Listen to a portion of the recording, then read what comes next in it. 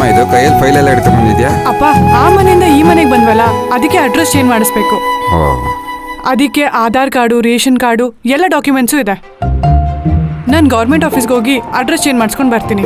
ನಾನು ಕೊಡಮ್ಮ, ನಾನು ಹೋಗಿ ಮಾಡಿಸ್ಕೊಂಡ್ ಬರ್ತೀನಿ. ಬೇಡ ಅಪ್ಪ, ನೀವ್ಯಾಕೆ ಆಯಾಸ ಪಡ್ಕೋತೀರಾ? ನಾನು ಹೋಗಿ ಬರ್ತೀನಿ ಬಿಡಿ. ಹಾಗಲ್ಲಮ್ಮ, ಇಂಥ ಕೆಲಸ ಎಲ್ಲ ನಾವು ಮಾಡಿದ್ರೇನೆ ಸರಿ. ಮೊದಲೇ ಈಗ ಟೈಮ್ ಆಗಿದೆ, ಅವರು ಹೊರಟುಬಿಟ್ಟಿರ್ತಾರೆ. ಇವತ್ತು ಆ ಕೆಲಸ ಆಗುತ್ತೋ ಆಗೋದಿಲ್ವೋ? ನೀನೊಂದು ಕೆಲಸ ಮಾಡು, ಆ ಫೈಲ್ ನಿಲ್ಲಿಟ್ಟೋಗಿರು, ನಾನು ಬೆಳಗ್ಗೆ ಹೋಗಿ ಮಾಡಿಸ್ಕೊಂಡ್ ಬರ್ತೀನಿ. ಸರಿ ಅಪ್ಪ. ಹಾಂ ಅಪ್ಪ ನೋಡಿ, ಬಾಡಿಗೆ ಮನೇಲಿದ್ರೆ ಏನೆಲ್ಲ ಕಷ್ಟ ಅಂತ. ಅದಕ್ಕೆ ಒಂದೇ ಒಂದು ಸ್ವಂತ ಮನೆ ಇರಬೇಕು ಅಂತ ಎಲ್ಲರೂ ಆಸೆ ಪಡ್ತಾರೆ.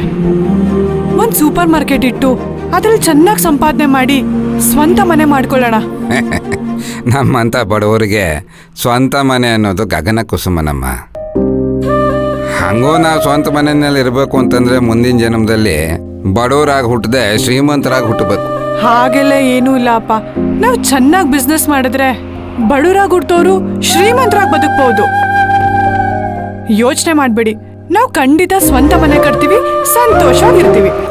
ಮಗಳೇ, ಈಗ ನನ್ನ ಖುಷಿ ಎಲ್ಲ ಮನೆ ಕಟ್ಟೋದ್ರಲ್ಲಿ ಇಲ್ಲಮ್ಮ, ನಿನ್ನ ಮದುವೆ ಮಾಡೋದ್ರಲ್ಲಿದೆ.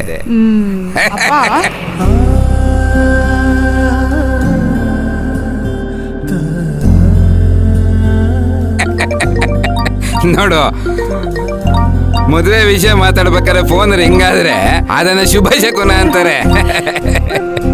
ಹಲೋ ಸಪ್ತಮಿ ಅಕ್ಕ, ನಾನು ಜಾನ್ವಿ ಮಾತಾಡ್ತಿದ್ದೀನಿ. ನೆನ್ಪಿದ್ಯಾ? ಮಂದಾರ ಅಂತ ಒಬ್ರಿದಾರಲ್ವಾ, ಅವ್ರ ಅಕ್ಕನ ಮಗಳು. ಹಾ ಜಾನ್ವಿ, ನೆನ್ಪಿದ್ದೆ, ಹೇಳು. ಹೇಗಿದ್ಯಾ? ನಾನ್ ಚೆನ್ನಾಗಿದ್ದೀನಿ ಅಕ್ಕ, ನೀವ್ ಹೇಗಿದ್ದೀರಾ? ನಾನು ಚೆನ್ನಾಗಿದ್ದೀನಿ ಜಾನ್ವಿ. ಅಕ್ಕ, ನಮ್ಮನೆಗ್ ವಾಟರ್ ಕ್ಯಾನ್ ಬೇಕಿತ್ತು, ತಗೊಂಡ್ ಬರ್ಬೋದಾ? ನೀನ್ ಹೇಳಿದ್ರೆ ತಗೋಬರ್ದೇ ಇರೋಕ್ಕಾಗತ್ತಾ? ಖಂಡಿತ ತರ್ತೀನಿ. ತುಂಬಾ ಥ್ಯಾಂಕ್ಸ್ ಅಕ್ಕ. ಪರವಾಗಿಲ್ಲ ಜಾನ್ವಿ. ಏನಂತಮ್ಮ, ನೀರಿನ ಕ್ಯಾನ್ ಬೇಕಂತ? ಹಾಪ, ನಾನು ಹೋಗಿ ಕೊಟ್ಟು ಬರ್ತೀನಿ. ಬೇಡ ಇರಮ್ಮ, ನಾನೇ ಹೋಗಿ ಕೊಟ್ಟು ಬರ್ತೀನಿ. ನೀನು ಅಡ್ರೆಸ್ ಹೇಳಿ ಸಾಕು. ಅದೇ ಮಂದಾರ ಮೇಡಮ್ ಇದಾರಲ್ಲ, ಅದ್ರ ಆಪೋಸಿಟ್ ಮನೆ. ಸರಿ ಅಮ್ಮ, ಇಲ್ಲೇ ಇದ್ದು ನೀನು ಅಂಗಡಿ ಕಡೆ ನೋಡ್ಕೊ, ನಾನು ಹೋಗಿ ಕೊಟ್ಟು ಬರ್ತೀನಿ. ಸರಿ ಅಪ್ಪ. ಬಿಡು.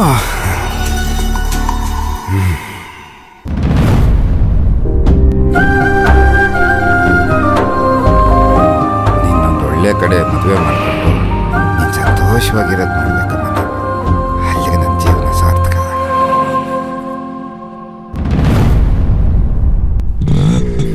ಬರ್ತೇನಮ್ಮ.